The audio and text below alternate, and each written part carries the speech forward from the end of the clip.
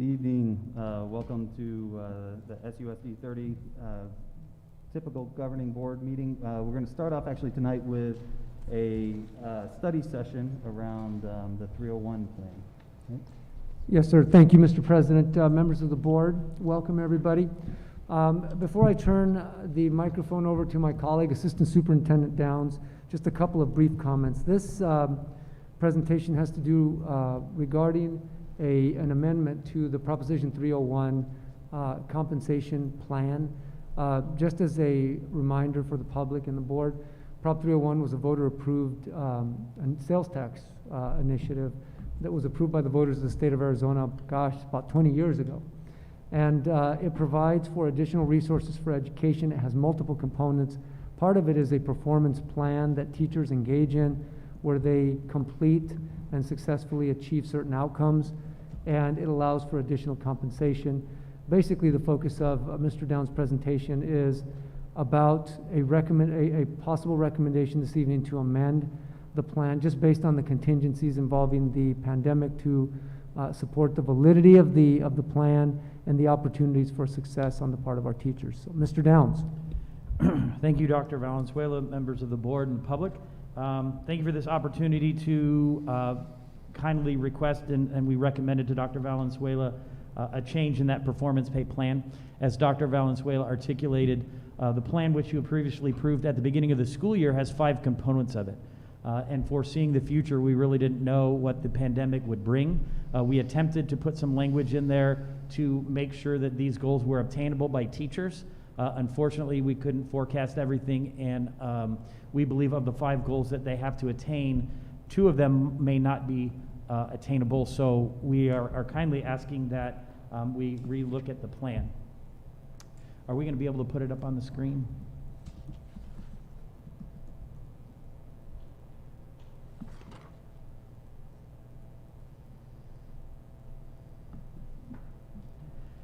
So the current plan has 5 points of performance that the teacher has to do to get all of their bucket of money, if you will. The first one basically says they have to have a good evaluation. They have to perform in the classroom that is graded by their supervisor or their principal, and they have to have an overall effective rating of highly effective or effective. The second component is basically a PGG. We call it the professional growth. They pick something that they're going to work on. They want to make sure that they enhance their reading and kids score better on reading or math or whatever. It's educationally focused. The third one is we have to have a dropout rate through May 1st of less than 10%. And where we attempted to work with the pandemic in our current situation is that dropout rate would be calculated only that days that are attended by students. The fourth one, and why it's in red is the one that is in question as well, is 12% of their bucket of money would come from an attendance rate of 90% or better through May 1st. And again, we attempted to deal with that pandemic in a way that we would only do that if we are actually in school. Well, when we were in school, a lot of students were at home. They didn't log in, so we didn't, quote, count them as a present. A lot of SDPA kids wouldn't log in every day, and a lot of these things were beyond the teacher's control. And as hard as teachers are working, we didn't really want to penalize them financially for a goal that they may not really be able to attend or even have any influence over. The last goal, which they got 10% of their total bucket of money, was if we conducted a survey of parents and get some feedback, which was done. When we actually talk about the bucket of money, it is $2,700 in total for every teacher. It's that same amount. And when we look at those 2 goals, it really means $630 for teachers that really may not be able to get that. We've looked at some preliminary numbers. The numbers are actually looking very good, but still we don't know until May 1st hits and we do all those calculations. Therefore, my recommendation and request to Dr. Valenzuela was to take number 3 and 4 out and make the 3 goals all 33%, where they would get $900 for each. And again, if they don't perform in the classroom, they wouldn't get the first one. If they don't turn in their professional goal or didn't make that professional goal, they wouldn't get that. That's completely under their control. And the parent survey, which we've already completed, they would get that $900. Again, not changing the amount of money, but just how it's distributed and the goals that they can actually attain. In talking with our attorney, I wanted to make sure what we were doing was valid, and you can actually change the plan after you've already approved it. And you can do that under 3 conditions. One, by law, it's required teacher input. And an email was sent out on April 22nd from me asking if anyone had any recommendations or wants to appeal what our recommendation was. And I didn't hear from one teacher because I think they know that that wasn't attainable for them. We would have to hold a public forum, which we're doing right now. And the last step would you would have to approve it at a public board meeting. And so that was my recommendation to Dr. Valenzuela in terms of modifying the 301 plan with your approval. Yeah, thank you, Mr. Downs, and we'd be glad to entertain any questions or comments. Again, the main theme is this is a program that's been in place. The only amendment is a function of variables where the effect of the teacher to influence has been significantly impacted by variables of the pandemic. So in fairness, to still support the goals, but to make them as valid as they can be and as attainable as they can be, to consider the possibility of redistributing the goals, as Mr. Downs mentioned. It's an item on the agenda. Be glad to entertain any questions or listen to whatever comments or thoughts you might have about the matter. Thank you for the presentation. Are there any questions? Just out of curiosity, how is the parental survey handled? Amber Worth conducted a survey. I believe it was online. The OHI, the organization. Okay. Yeah. All right. Any other questions or comments? Okay, thank you very much. Seeing no other, we'll move into the regularly scheduled board meeting. So I'll call the meeting to order, and let me read this first, I think, right? The Sahuarita board members and district administration are meeting at the district auditorium. There are accommodations for up to 25 community members to attend the meeting. The meeting will be live streamed by use of YouTube, which allows for members of the public to view and or listen to this meeting. If you need accommodations, please contact Betsy Palacio at email bpalacios@sahuarita.net. A link has been provided for any call to public comments. 10 minutes will be allowed for reading of comments at the meeting. Any comments not read during the agenda item will be entered into public record. We will adhere to all board meeting procedures to the extent practicable. An audio recording and or a draft of the minutes from this meeting will be available to the public. And we apologize in advance for any unforeseeable difficulties and ask for your patience as we navigate unprecedented conditions. If you'll please stand and join me in the Pledge of Allegiance. I pledge allegiance to the flag of the United States of America and to the republic for which it stands, one nation, under God, indivisible, with liberty and justice for all. Thank you very much. We will move on to roll call. Governing Board President Kevin Opalka. Here. Governing Board Clerk Denise Reese. Here. Governing Board Member Sherry Lowe. Present. Governing Board Member Nicole Warner. Here. Governing Board Member Dr. John Sparks. Here. District Administration Superintendent Dr. Manuel Valenzuela. Present. Assistant Superintendent Scott Downs. Present. Assistant Superintendent Brett Bonner. Here. Chief Financial Officer Lisette Huey. Here. Thank you. We'll move on to the approval of the agenda. Dr. Valenzuela. Yes, sir. President Opalka, you have before you the revised agenda, and after your review and consideration, I do recommend approval of the agenda as revised. Thank you very much. I have a recommendation. So moved. Motion. Second. I have a motion and a second. Is there any discussion? No? All those in favor? Aye. Aye. Any opposed? Thank you. The motion carries. We'll move on to the approval of the minutes. Yes, sir. President Opalka, members of the board, you have in your packet draft copies of the minutes from the regularly scheduled meeting of the board from back on April 14th, 2021. And once again, after review and consideration, I do recommend approval at this time. Thank you very much. I have a recommendation. We have a motion. So moved. Second. I have a motion and a second. Is there any discussion? No? All those in favor? Aye. Aye. Any opposed? Thank you. The motion carries. Move on to ratification of the vouchers. Dr. Valenzuela. Now I turn it over to Mrs. Huey.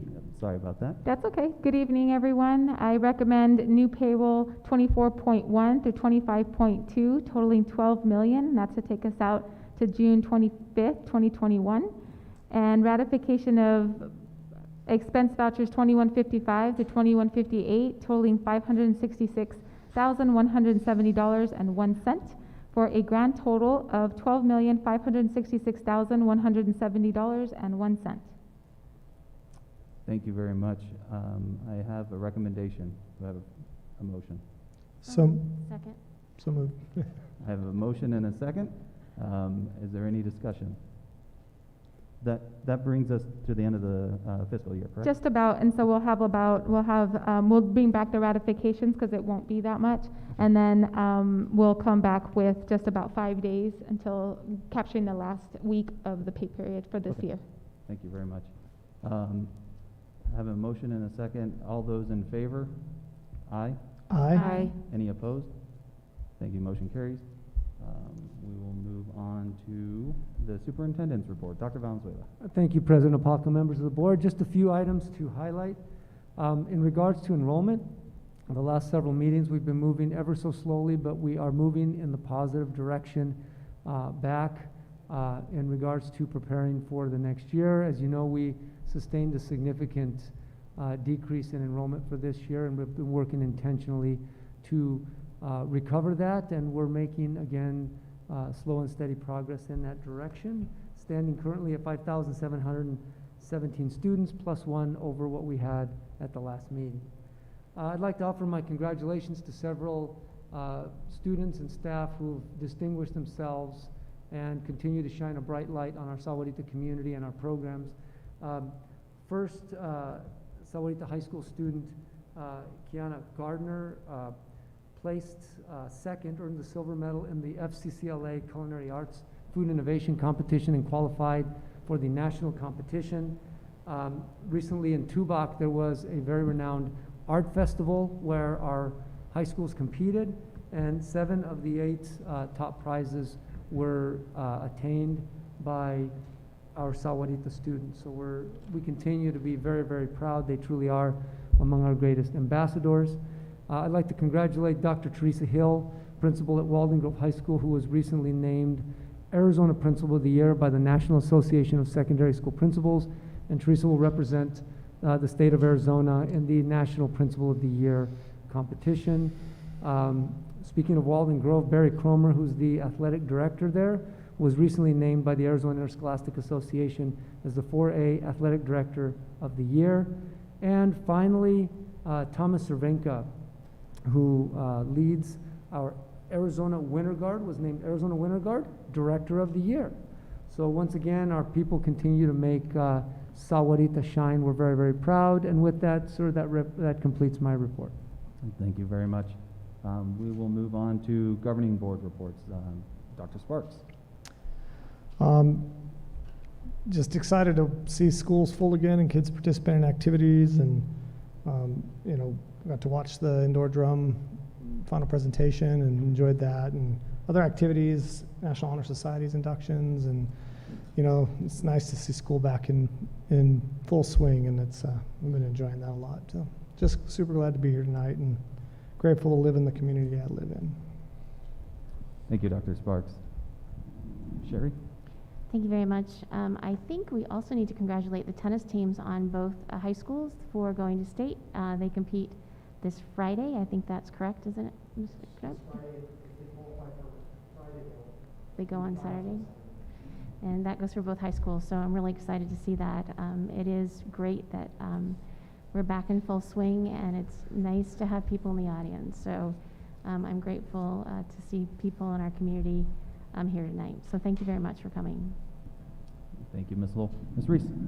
I had the opportunity to attend the orchestra day that was held last week, I believe.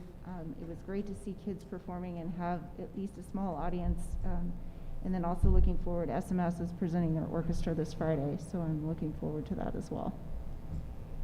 Thank you. Ms. Warner? I have no report today. Thank you very much. And I was also fortunate enough to take and have my daughter attend the Winter Guard performance, the early performance, and she was, very impressed and had never been to one of those, and really enjoyed it. They did a phenomenal job. Those opportunities that are out there and the performances that our students are doing, whether it's on the athletic fields or in the performing arts. They continue to shine, and as you say, Dr. Valenzuela. So I really appreciate everything that they're doing. We will move on to the call the public. So, let's see. I've got to read a disclosure here. So for those wishing to address the board, they may do so by submitting their comments using the form either online or the in-person form. In consideration and discussion of the comments and concerns from the public, those wishing to address the governing board on these items not on tonight's agenda may do so at this time or at the board's discretion at the time the items appear on the agenda. Speakers are requested to hold their comments to 2 minutes or less. In accordance with the Arizona Open Meeting Law, board members may not respond, comment, or ask questions of speakers regarding issues not on the agenda. So, Ms. Reese. Tonight's first speaker is David Lee.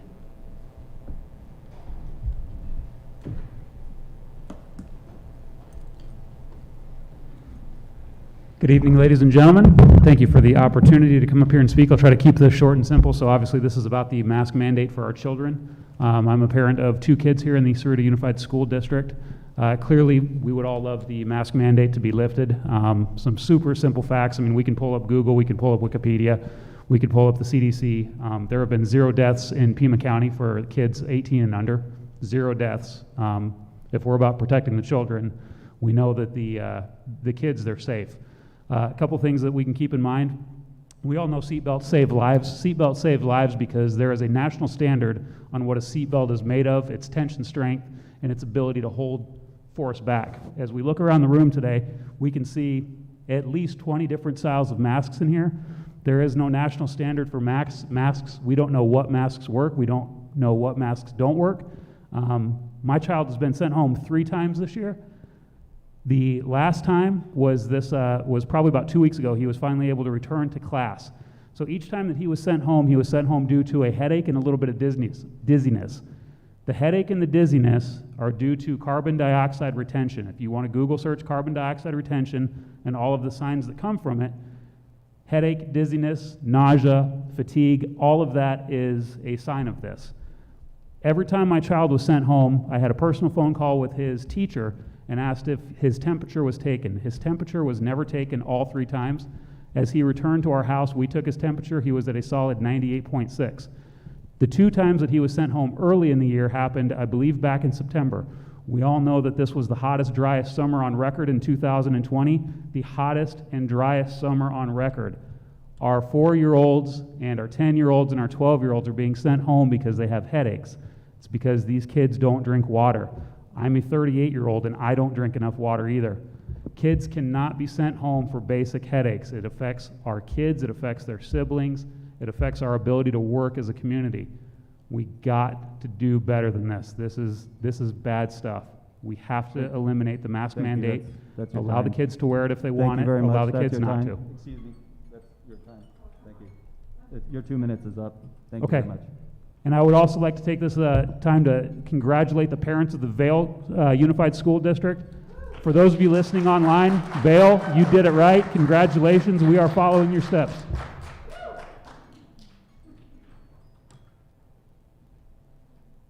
The next speaker is Renee Kibby.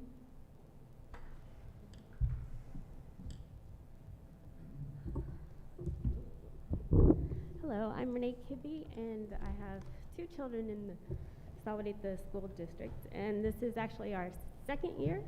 I usually homeschool, and I gave it a try a couple years, so I gave you guys an opportunity to take care of my kids, and I'm very disappointed and discouraged because the Arizona Department of Education says our department, led by a publicly elected superintendent of public instructions, yada, yada, yada, is working to serve Arizona students, families, educators, and school communities.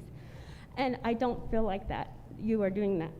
I sent you a couple emails talking about my daughter's issues with wearing a mask all day, and I did a home experiment, and it's true, it's very dangerous, and all I got was brushed off, and you can go somewhere else.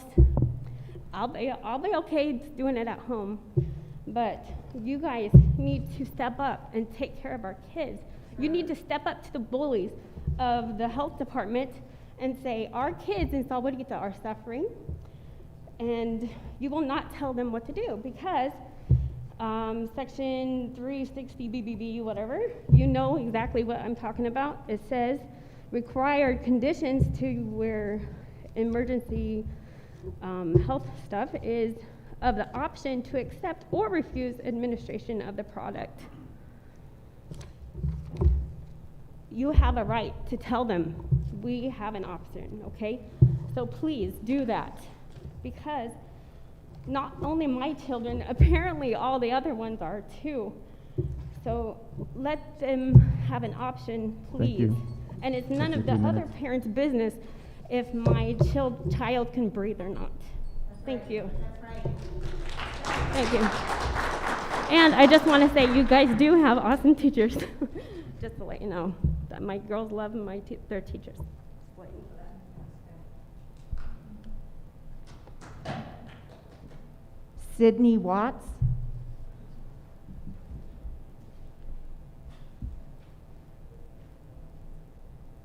Hello, good evening. I'm just going to read what I wrote because I get nervous and then I jumble all over the place. But my name's Sydney. I have an incoming freshman next year and a senior next year, and I'm also a graduate of the Sahuarita School District. So I'm here today to ask you to remove the mask mandate and unmask our kids. You have the right and responsibility to do this, at the very least to make it optional. My kids have gone from loving school to hating it, mostly due to the mask mandate. My kids do not want to wear them, and I have friends whose kids are depressed because this is not normal. They can't see their friends or their teachers smile. This is sad. I encourage you all to please do some more research. Studies are showing chemicals in the mask that are going to have long-term negative health effects on these kids. Little kids are getting sick from dirty masks and touching their mask after they use the bathroom. E. coli, they're getting sick. There is no real science proving they work, only the county saying you have to wear them. Cases are low. There's 30 cases of COVID reported in Pima County today. 30. That's it.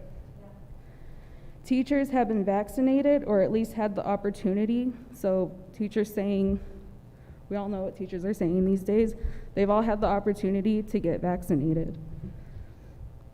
Also, if you hold your mask up to the light, you can see the holes in your mask. You can't see COVID. If you've worn a mask this whole time and you got COVID, it should really tell you and prove they don't work. The COVID is getting through there. You can't see COVID. You can see the holes in your mask.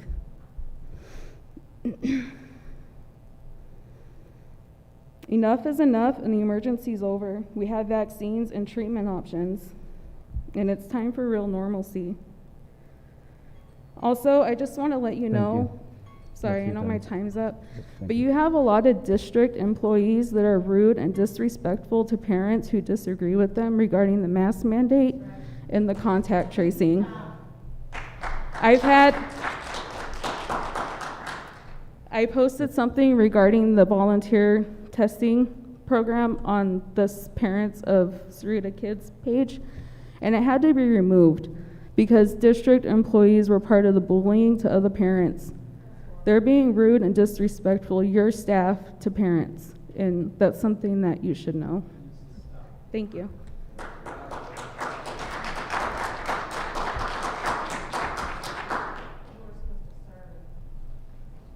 Corey Stevens.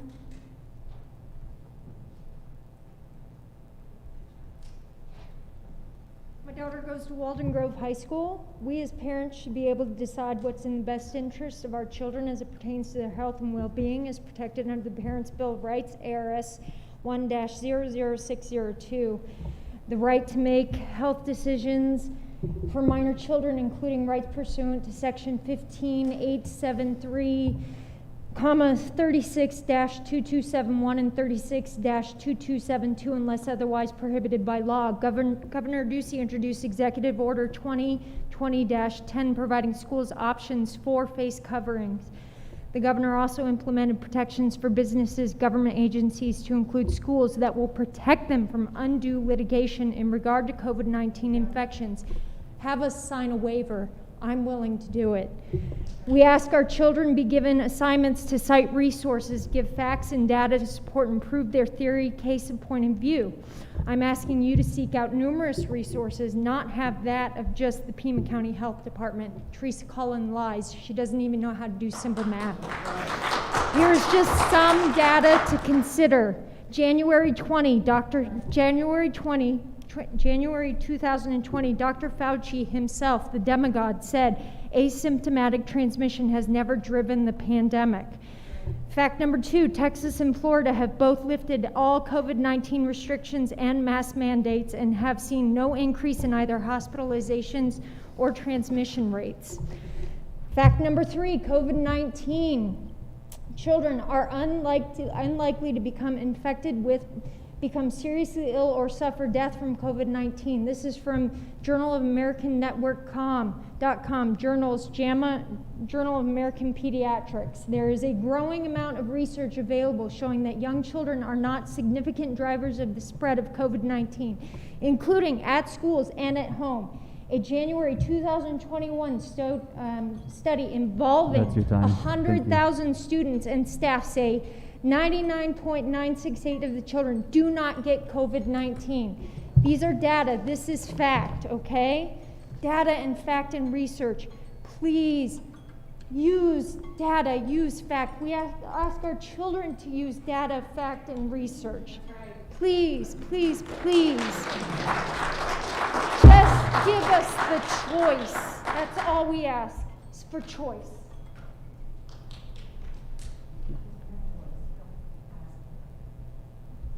Chad McBroom.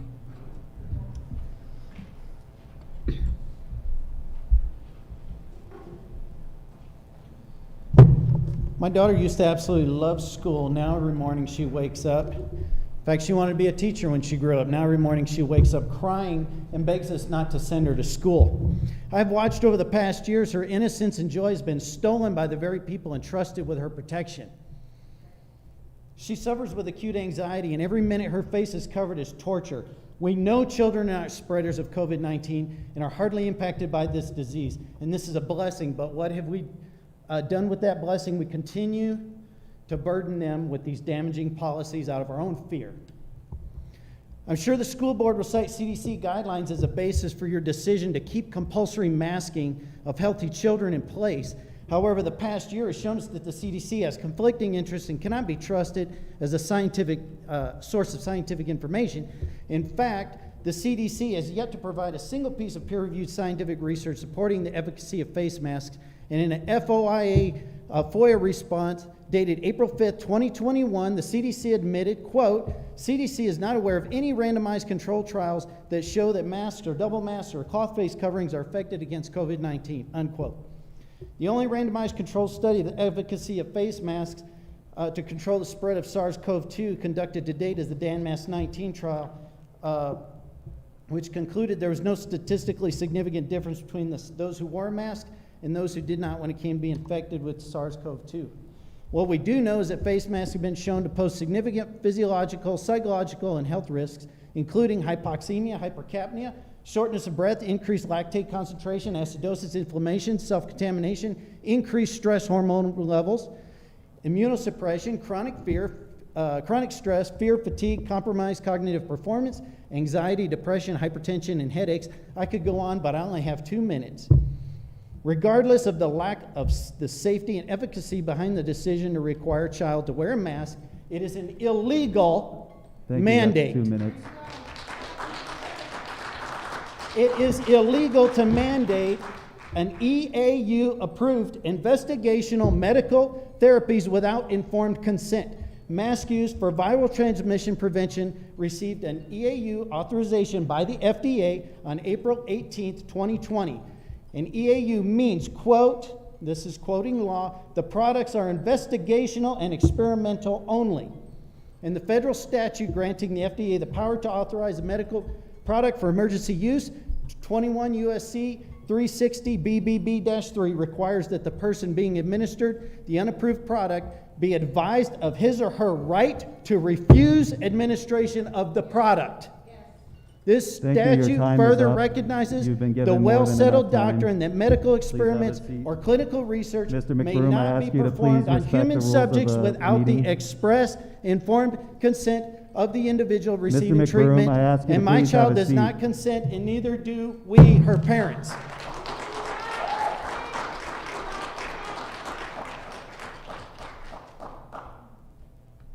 John Canoit?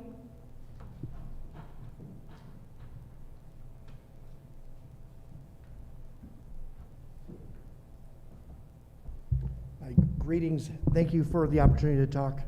Dr. Valenzuela, Mr. Bonner, Mr. Downs, Ms. Huey, Governing Board. I'm coming to you as a parent of 3 children in the SUSD school district and as an employee, the principal of Sahuarita High School.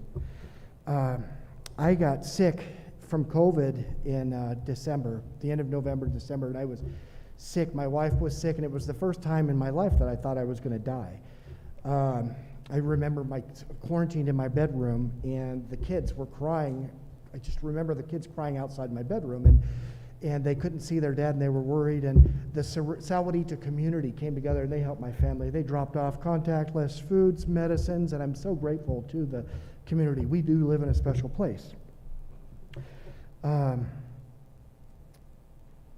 governor lifted the mask mandate recently, and I'm very grateful that the district and this governing board has made the decision to require students to wear masks.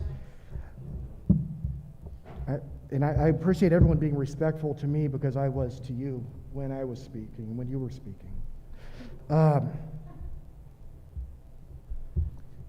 I want to thank you. It makes me feel safer. It makes my staff feel safer. It makes my kids who go to school feel safer.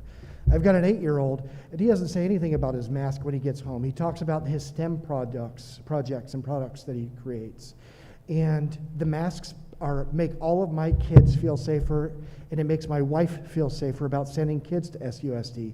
And there are many parents that feel that way as well. I know that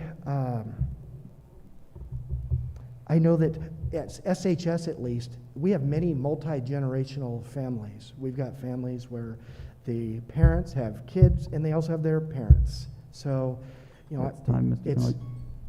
Okay, thank you. I appreciate the mask mandate, and I ask that you consider to continue with the requirement of masks. Thank you.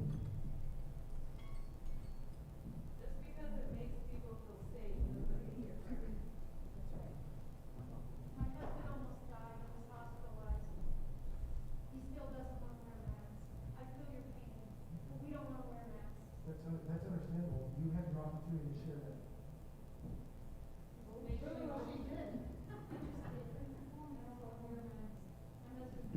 that. If we're not going to respect the rules of order of the meeting, we were going to have to ask you to depart. Okay, thank you.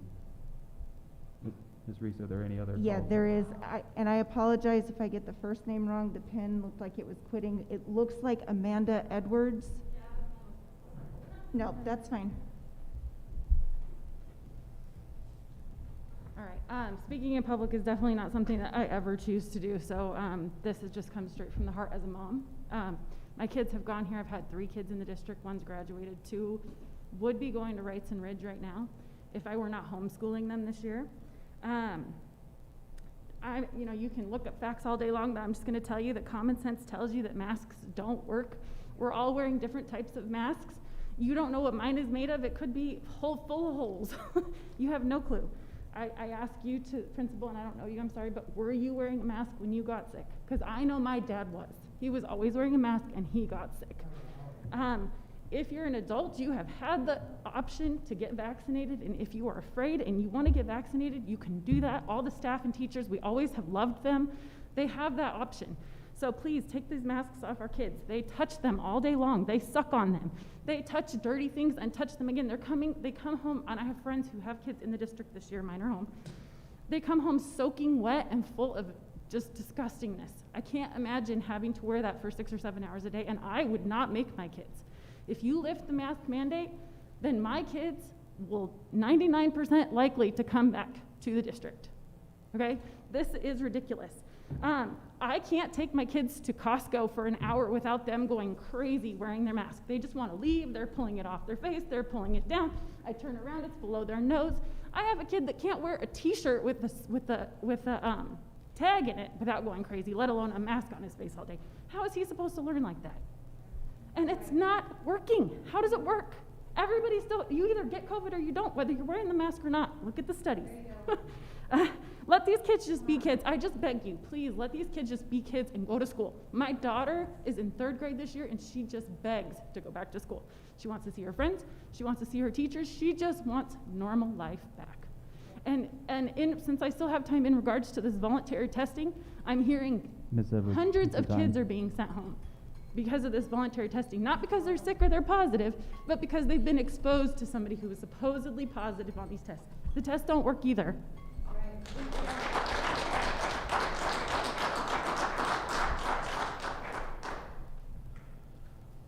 Mr. Opaka, we still have 4 from the online submissions. Would you like to read those now, or we will enter those into the record? We allotted 10 minutes to read those, so go ahead and.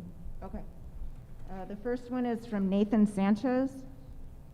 It's time to unmask the children that pose a low risk to contracting the virus. This is small government overreach. We parents should have the last call on this matter. For starters, refer to ARS 1-601. The liberty of parents to direct the upbringing, education, healthcare, and mental health of their children is a fundamental right.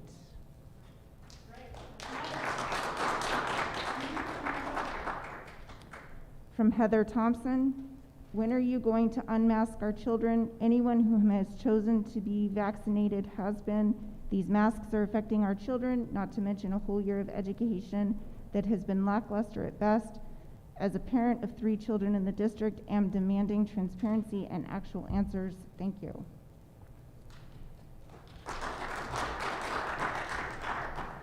Tasha Green, lift mask mandate for the kids. And lastly, Heather Reagan, lift the mask mandate for our students. This should be voluntary. Our children are say on their health decisions. And that concludes call to the public. Thank you very much. We'll move on to new business item 8A, the budget update. Yes, sir. Thank you, President Opalka, members of the board. As we've done regularly, I've asked our CFO, Ms. Lizette Huey, to provide a budget summary. Just a couple points for observation. One is you can see the current fiscal year in contrast to the last fiscal year does show some kind of observable decrease, and part of that is we've downsized the budget based upon the dynamics in the context of the pandemic year and our own intentional efforts to find that recovery point with regards to preparing us to start next year in the most financially sound state possible. So with that, I turn it over to Ms. Huey to provide whatever insights and details she'd like to share. Ms. Huey. Thank you, Dr. Valenzuela. And like Dr. Valenzuela mentioned, the graph shows that in the blue is this current fiscal year, and you can see that it's lower than prior fiscal year 1920, specifically in each of the categories, going from the classified staff to the support staff, classified staff and support staff, as well as our teachers and administration. So everything in blue, our expenses has gone down, and that's reflected on this graph, and I'm happy to answer any questions that you may have. Thank you, Ms. Huey. Are there any questions? Okay. We will move on to the compensation plan. Yes, sir. President Opalka, members of the board. This evening, I'd like to ask for your approval of the compensation plan. Given the dynamic and the pace of the year, the information has been shared with the staff, and pending your approval, we're preparing to distribute contracts and wage notices prior to the close of the year. But I'd highlight a few points to the communication. One is, like a lot of things this past year, uncertainty and rapid change has been kind of par for the course, and the compensation plan's been no exception. As we've been very open and public about, our enrollment has taken a significant hit, and that's been a challenge. It's created a budget deficit that we're looking at going forward of $5 million. I'm pleased to say that through our intentional efforts at financial management and the leadership of Mrs. Huey, combined with a comprehensive outreach effort to connect with students who have left for a variety of reasons, and I really understand the many decisions that families have had to make, that of the 600 or so students that we know have left, that we've been able to contact, 300 of them have been reached and have overtly said that they intend to come back. So there's encouraging signs, but it's still uncertain. We've been doing videos, cards, personal calls. We've been having virtual open houses and kindergarten welcomes and registrations. I believe next week registration opens up for returning students. So we're actually very optimistic that, frankly, the continued development of programs and the success of our students and the delivery of instruction that we provide will bring the majority of those students back, and that we're on a positive trajectory. I really appreciate the comment about the teachers and their effectiveness and their heart for our kids, and the fact that we want students back in school. We want them back in school as well. So we have a budget. We definitely have a budget deficit. At the same time, there are many uncertainties and things that we don't understand. So we've tried to walk a very balanced line between making large-scale cuts, knowing that there's significant indication that students are coming back and that we're going to preserve and protect programs, and also making sure that we're being fiscally responsible and that we are downsizing the budget, as was noted in the graph, and as Ms. Huey continues to do, to bring us to that equilibrium point where we're prepared to adapt to what we foresee is going to be a positive upward trajectory of growth for the next year, but also facing the fact that if that doesn't happen, that we are going to have to move toward more stern budget reduction measures. So how does that affect contracts? We made multiple determinations. One is, again, through a lot of these belt tightening and fiscal evaluation measures and reductions, frankly, in programs and services that we were able to do. We do not anticipate any layoffs of employees going into the next year. We do have contracts going out within 2 weeks. Now, I will say that in the interest of serving the district's best interest, our contracts continue to have verbiage in them that does allow for general salary reductions and furloughs if they are needed. It's always a last resort. We've come close once, I think, at the depth of the Great Recession in the tenure when I was the assistant superintendent. Thankfully, we never had to invoke that. I am hopeful and optimistic that we will not in this case, but it is in place to protect the interest of the district. But as was mentioned, we have outstanding people. We think they're our greatest resource. We believe that students are coming back. And so in a balanced way, our initiative is to take care of the people in our charge, and we believe that that's going to be a critical part of launching us to the next chapter of success.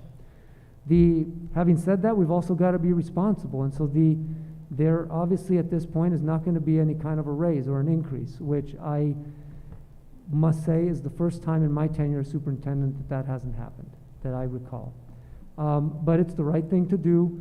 However, we are putting language in the contracts and wage notices because, again, there are a lot of uncertainties that pending next year's budget, when it solidifies, when we see how many students do come back, there's legislation right now in regards to possible one-time funding to offset some of the deficits that are associated with some of the federal stimulus monies that may or may not come through.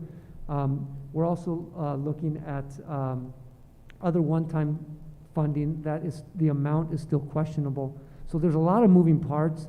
We can't commit right now, but when that becomes clear, we will get back and consider the possibility of providing, if not a full-fledged ongoing raise, a one-time retention stipend, and the best we can to validate the professionalism and the dedication of our greatest resource, our people. Insurance is another ongoing challenge. I don't think it's just in education, but we're not exempt. Our insurance rates went up 7.5%, and that's right in line with what I think industry standards are across different sectors. The district, despite its very tight fiscal situation, was able to contribute a modest amount to raise the employer contribution to $4,786 for participating employees. Basically, it covers the increase minus, I think, 90 cents per paycheck. That was as close as we could get. But basically holds harmless the employee that has the base silver plan. And then, of course, if you have other family members or if you have some of the more robust plans, then, of course, you would have to incur some of those additional increases. I am pleased to say that we offer our employees a lot of choices. Our plans we have some that are very robust. They're also very expensive, and we're still able to offer employees the choice to take it or to step to another plan, which is maybe not as robust as the first one in a way, but it's still as good as a lot of districts have as their top plan. So we have a lot of choices for our people. Prop 301, which Mr. Downs mentioned, the evaluation of that funding is that it will include the exact same amount in those buckets that Mr. Downs talked about for the 21-22 school year as it did for this school year. Again, we will look at another piece of Prop 301 that came down from the state that is one-time funding, and we're going to look at it with all of those other things that are contingencies, and we'll look at those in the fall. So at this point, again, in summary of the letter that we sent to staff pending board approval on April the 19th, I would recommend for your approval of the compensation plan as it was outlined in that letter and as it is presented here this evening. Thank you. We have a recommendation. Do I have a motion? So moved. Second. I have a motion and a second. Any discussion? So I just want to make sure I just a couple quick questions.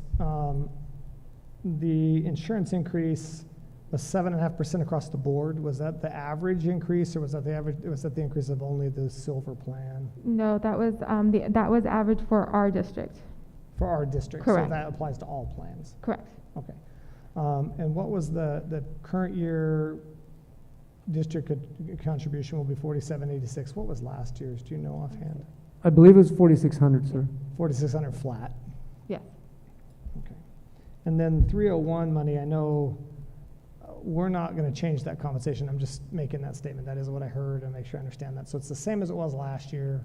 Yes, sir. That's the $2,700 that roughly that we spent. Well, that's actually one component of it. I don't know, Mr. Downs, if you could. That's the award portion, and then Yes. there's the other portion that.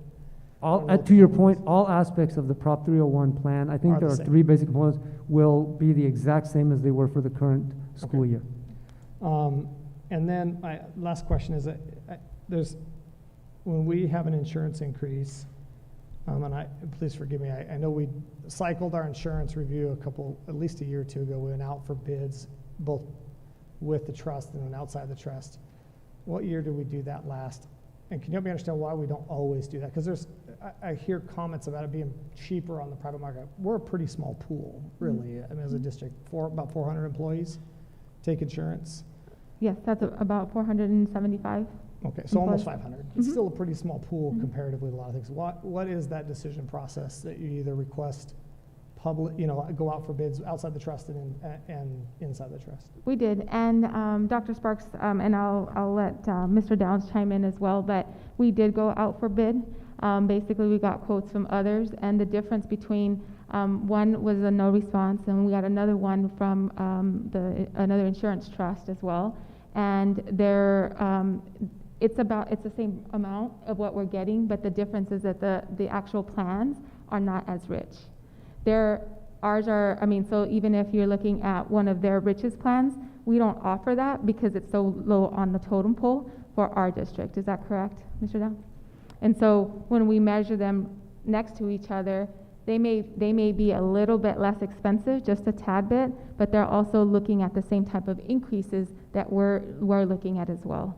So the increase part of it stays the same, but the difference is the amount of the plan itself and what we offer as far as health insurance to our employees.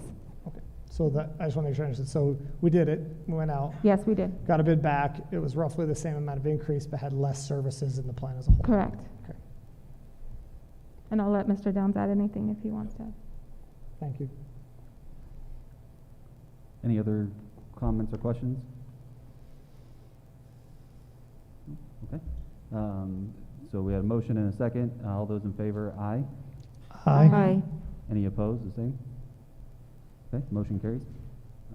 We will move on to item 8C, the Proposition 301 Plan Amendment. Yes, sir. President Opalka, members of the board, this is the item that Assistant Superintendent Downs presented in the study session. It's basically a recommendation to amend the Prop 301 plan on the two notes that were cited, specifically in regards to removal of the attendance goal, and I think it was the graduation rate goal. Is that correct, Mr. Downs? Yes. And to distribute the corresponding compensation for that piece among the three other remaining objectives. Okay. I have a motion and, I have a recommendation. Do I have a motion? So moved. Second. I have a motion and a second. Any discussion? I just have a question. I think it may have already been mentioned, but is this a temporary change, or would it be a permanent change? Mr. Downs? This change would only affect this fiscal year. Okay. We would probably come back with the same plan with next year that has all the components in it. Okay, thank you. You're welcome. Any other questions? Okay, I have a motion and a second. All those in favor, aye. Aye. Aye. Any opposed, the same? Motion carries. We will move on to item D, the public online auction items. Yes, sir, President Opalka. Once again, you have a list, not as lengthy this time, but it's a list of items that have exhausted their useful life and under Arizona Administrative Code may be designated for auction so that we can capture residual value, and I would recommend your approval of that designation for that list. Thank you very much. We have a recommendation. Do I have a motion? So moved. Second. I have a motion and a second. Any discussion? Okay, thank you. All those in favor? Aye. Aye. Any opposed, the same? Okay, motion carries. We'll move on to item number 9, the road back plan. And thank you, President Opalka. And I just have just a few comments this evening, and I would like to express my gratitude to all the people that came out tonight. Some of you I've known, some of you I've seen at sporting events, some of you I know by face, some of you I know by name. And I know that at the end of the day, in our community, I think one thing we agree on is that we care about our kids and we care about doing what's best for them. And even if we don't agree on everything, I think we can find common ground and move through this situation, and we are going to continue to move forward in a positive way. Again, in terms of comments from me, I think it's fair to talk a little bit about why we are continuing to keep the masks in place. Again, we can agree to disagree, but I think it's a fair question, and I am glad to address it. Again, the governor did remove the state's requirement, although the governor did say that local governing bodies have the ability to enforce those mask mandates. So they do, and our board has when they approved the road back plan, so it is in place, and I think that was established. So I wanted to clarify that. Why are we continuing to keep it in place? As was mentioned, and you know, we can all have our opinions about the CDC. The CDC is our nation's public health agency. I think we can agree on that. And I'm just stating a fact, and I think everybody would agree that if you follow their guidance, the last guidance that they gave is their operational strategy in March of 2021. And what it says, and I'm reading it, it says CDC K-12 strategy presents a pathway for schools to provide in-person learning instruction safely through the consistent use of prevention strategies, including universal and correct use of masks and physical distancing. And this came out when they moved from 6 feet to 3 feet, and they said you can do that. There's more kids coming together, but that was the comment. And in that same guidance, they said all schools should implement and layer prevention strategies and should practice universal and correct use of masks. And again, you can agree or disagree with it. The other thing they talked about was testing to identify individuals with SARS-CoV-2 infection and the importance of vaccination. As was mentioned, a majority of our teachers, we feel, in as much as information as we've been able to appropriately evaluate, have been vaccinated. That's a good, that's a good thing. The testing protocol, we're fortunate that through our partnership with the UCHC, we've been able to test our student athletes and help support the operation of our athletic programs. Through our pilot partnership with the Centers for Disease Control, who are on site for these next few weeks, people have a choice to be tested and to help develop the implementation of policy that is being explored broadly and the goal is the same, to help keep schools safe and to help keep kids healthy. In a nutshell, where we're coming from, where my head is at, is we're really thrilled to see kids back in school. I think it's hard to believe that less than 2 months ago, we weren't.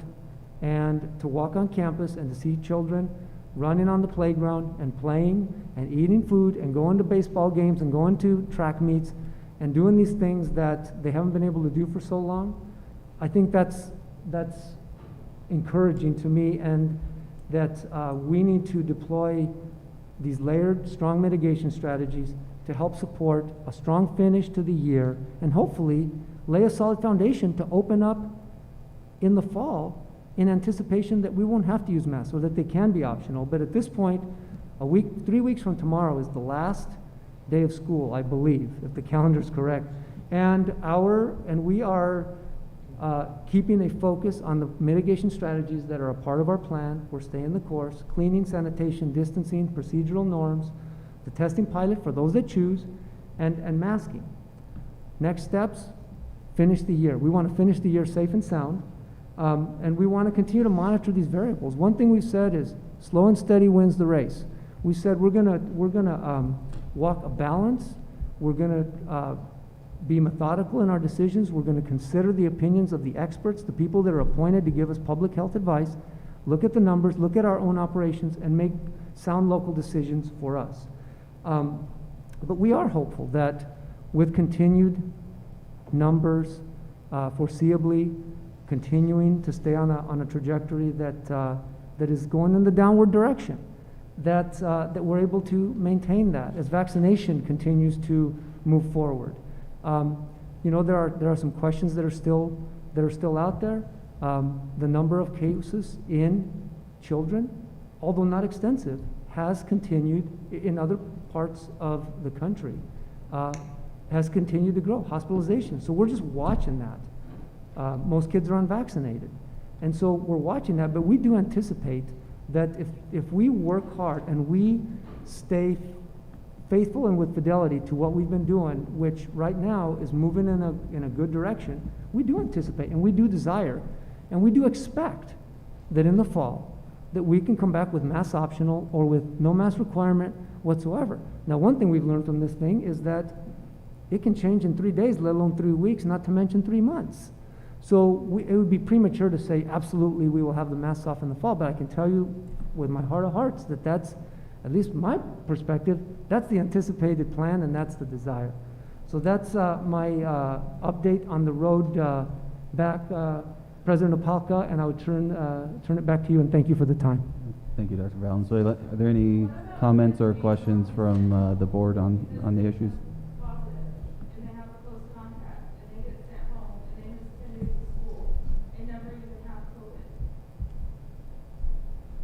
Are there any questions or comments from the board? I know personally, Dr. Valenzuela, I work for an international company, and today we received an email from our CEO asking for contributions and to help support our fellow employees in India with 300,000 plus positive COVID situations on a day there. And I would hate to see something like that occur here in Arizona, and for us to get complacent and run the risk of going the opposite direction. It'd be great to come back in the fall, mask-free, and get everything back to the normal that we would like to have, and full in person, and put this whole thing behind us. So appreciate the update. President Opelka? Yes. If I might, I just want to express that, I appreciate the passion and the concern and the desire to protect and watch out for our own. And I think while various times during this pandemic, people have asked me, well, you're a medical provider, what do you think? I'm not a virologist. I don't study viruses. I don't study epidemiology. But I do study and have learned quite a bit about mental health. And I think I speak from not only a point of understanding, but a daily clinical practice. Probably 50% of my clients are children or adolescents. And have seen firsthand the struggle that has happened during this pandemic. And I'm grateful for the continued effort to open schools and to continue to relax standards, as well as I hope, and what I see in our community is a desire to do their part. I see a lot of adults that have said to me, I don't need to get the flu vaccine, but I got this one, because they're doing their part, trying to keep that transmission rate low among adults. And I'm just grateful that I do live in a community that is passionate on both sides of this question, because for everybody that spoke today, and I appreciate their speaking, I received an equivalent amount of positive emails today about keeping it. And that also shows healthy dialogue in our community, and I appreciate that. And I appreciate the desire people have to do what's right. And again, I think I'm just grateful that I live in a community that cares about its children, and that's all I have to say. Thank you. Any other comments? There's no action on that item, correct? Correct, sir. Next on the agenda is the ASBA 2022 proposed political agenda. I believe this is kind of a first read, if you will, and will give us an opportunity to take a look at it. Yes, sir. Yes. And again, this is a process that's initiated by the Arizona School Boards Association. And as the board is aware, I think most all of you have been through this process, they have a very methodical protocol for identifying priority issues, and they ask for the board prior to, I think, the end of May sometime, to submit its identified priority areas. Of course, ASBA has kind of a template of some areas for consideration. Plus, you have in your packet a copy of those that we had from last year. And I believe, President Opelka, you asked for this to be put on the agenda so that the board could kind of contemplate this as kind of a first read, and hopefully bring it back for your further review and possible action at the next meeting. Yes, thank you very much. Yeah, I did ask for this to be added. I am a member of the legislative committee, and I do take that responsibility pretty seriously, and I would just ask that the fellow board members take a look at our political agenda again from last year and see if there's anything else on there that we might be missing. Obviously, last year with COVID-19 being a new thing, that was a portion of some heavy interest. So, but if you'll take the time to review and read, we'll bring this back at a later meeting and solidify our topics. So, I guess we have a motion to table it till next meeting, or? Yes, sir, that would be appropriate. So we have a motion to table until the next meeting. So moved. Second. All right, a motion and a second. Any further discussion? Okay, all those in favor? Aye. Aye. Aye. Any opposed? The same? Okay, we'll bring that back next meeting. Thank you. Next on the agenda, we have new business personnel. Letter 10, or 10A, IT director appointment. Yes, sir. President Opalka, members of the board, I often express to members of our leadership council and cabinet that one of the most important responsibilities that we have is to identify highly qualified, highly motivated people of high character that are mission driven, because that's one of the greatest investments we have, one of the greatest tools we have in the accomplishment of our mission. I'd like to express thanks to my friend and colleague, Mr. Scott Boone, who literally has had the role of Director of Information Technology in this district, I think like since before the internet. I think he literally built the network from the ground up. But the years have passed, and it's time where Mr. Boone's decided to move on. And so we look at this as a very serious decision that has to be made. I charged Assistant Superintendents Downs and Bonner with the task of sparing no time, effort, energy, methodical thought, and thorough process to find the person best suited to assume this responsibility. As we've learned throughout the last year, as much as anything, is the importance of technology and the great tool that it is to not only enhance our service, to deliver our instructional mission, but also to prepare our students for the world that they are going into. So after this lengthy process and multiple screening interview, it's my pleasure this evening to recommend this evening the appointment of Mr. Manuel Manny Villa. And Mr. Villa is originally from Sonora, Mexico. He, I believe, Hermosillo, Sonora, Mexico, to be exact, the capital of the state of Sonora. And he's had a pretty amazing career. He's worked as a computer programmer. His formal education, he has a bachelor's degree from the University of Sonora in Mexico, and also a law degree. So he's an attorney, and practiced law for many years, both in private practice in the state of Sonora, and for a significant number of years, he worked in a high-level leadership role for the Federal Commission of Electricity in Mexico. It's like APS or TEP, but for like multiple states. And of course, in Mexico, it's more nationalized, so it has a little bit more of a public flair. But it's that kind of a role. And he was an advisor to the CEO, and he supervised multiple people in very technical fields, which speaks a lot to many of what we found to be true about Mr. Villa.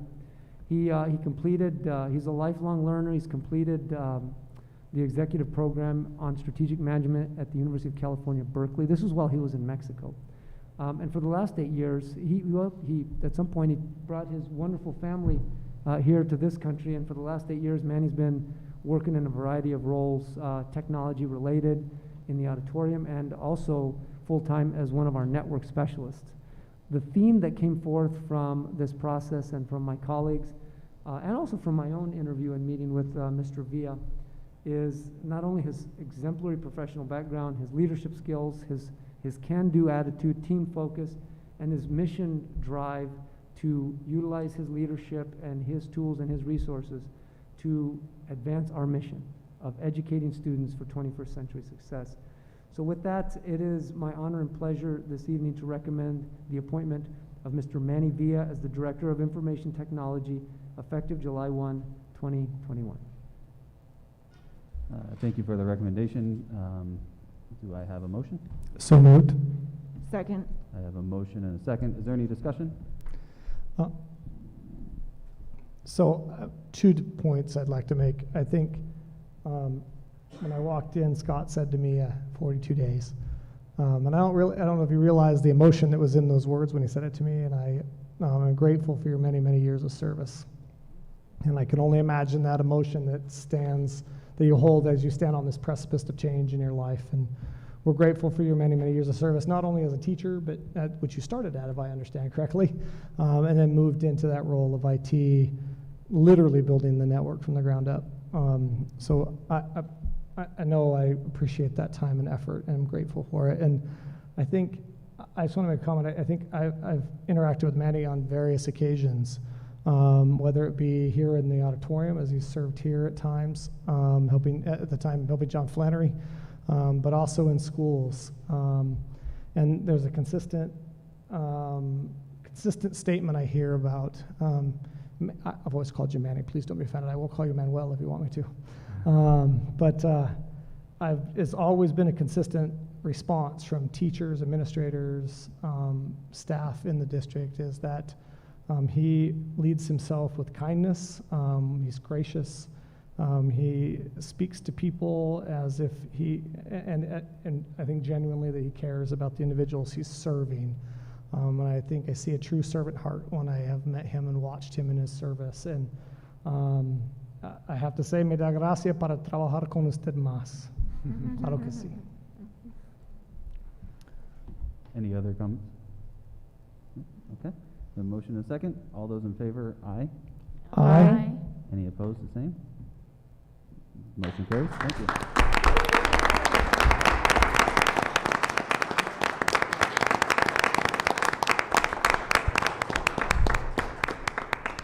President Palka, if it would be appropriate and agreeable to you, I'd invited Mr. Villa to come down to the mic and just say a few words to the board. Yep. You're welcome to the mic. Thank you. As he does that, Dr. Valenzuela, if I could just entertain a sentence here. The committee, we had some fabulous candidates, and Mr. Villa rose to the top. I did not tell the committee the next fact that I'm about ready to tell you until afterwards, so I didn't taint them. But Mr. Villa had 47 letters of recommendation from current staff. He didn't go to his file and pull out old ones. All of them were dated within the last 3 weeks. And I actually spoke to somebody else and mentioned that comment, and that person told me, well, my gosh, if he would have asked me, I definitely would have given him one as well. So I know he's definitely supported by our team members, and very proud to work with them in the future. Thank you. President Opalka, members of the board, Dr. Valenzuela, thank you for the opportunity to be here. Members of the district leadership, thank you. Thank you so much. Here with me are my wife, Paloma, and my baby daughter, Palomita. And I'm for sure my boys, Manny and Mikey, are also watching from Phoenix. They are attending college over there and playing baseball. So thank you for this opportunity. Thank you also to my family. This is a special occasion for me. Thank you to my mother, Mama, aquí estoy. She's watching. Thank you to my dad. For sure he's watching from above. Thank you to Mr. John Flannery for giving me the opportunity to start working for the district. It was a great experience, and I started here in this beautiful facility.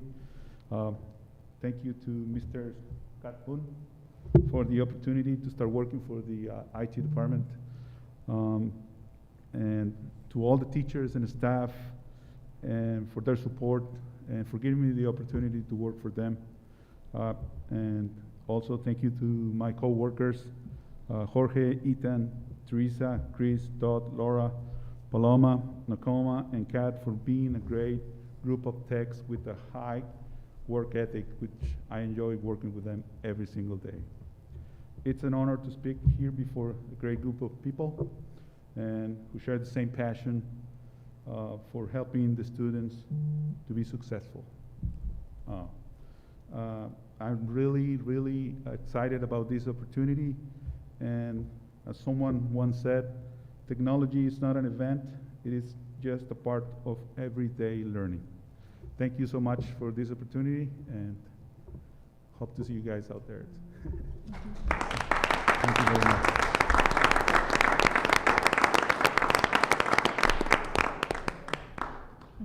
Thank you, and welcome to the continued service and our part of our team. Yeah, really appreciate it. We'll move on to item 10B, the 2021-2022 support staff wage schedule. Yes, sir. President Palka, I'd like to turn this item, and while he's at it, after you approve this one, I'll ask him to just continue with the next item as well. Mr. Downs. Thank you, Dr. Valenzuela, members of the board and community. What you have before you on item 10B is the 2021 support staff wage schedule. Due to no increase in wages for next year, this is basically a duplicate copy of what we did this year. Again, if we were to raise it, then we would be bringing in some individuals over above what our current people would make. So the wage schedule basically is the same as last year. Same thing with item 10C, the 21-22 support staff work schedule. That basically says which days of the year they work and what holidays they have off. We've made no changes to that other than to mimic the dates that were appropriate for this year. So we didn't ask them to work any more or less. They have the same number of holidays and is a mimic of this year. I'd recommend your approval if you would be agreeable to both the 21-22 support staff wage schedule and the support staff work schedule as they were presented. Thank you very much. We have a recommendation. Do I have a motion? So moved. Second. I have a motion and a second. Any discussion? Okay. All those in favor? Aye. Aye. Aye. Aye. Any opposed? Okay, thank you. The motion carries for both items. Thank you. Next, we'll move on to the consent agenda. Yes, sir, President Opalka, members of the board, you have a list of items that are routine consent matters and can be approved in one motion. And at this time, I do recommend your approval of the entire consent agenda as it is presented. I have a recommendation. Do I have a motion? So moved. Second. I have a motion and a second. Any discussion? All those in favor? Aye. Aye. Aye. Any opposed? The same? Thank you. The motion carries. We will move on to the establishment, the possible future agenda items, or agenda considerations. Any items anyone has to add? We'll carry forward the political agenda onto the next agenda. Nothing else. We'll move on to establishing the next board meeting, the date of May 12th, 2021, here in the Pod B. No executive session tonight, so do I have a motion for adjournment? So moved. Second. A motion and a second. Any discussion? Okay. All those in favor? Aye. Aye. Aye. Any opposed? Okay, motion carries. Thank you very much for attending tonight. We'll see you in a few weeks.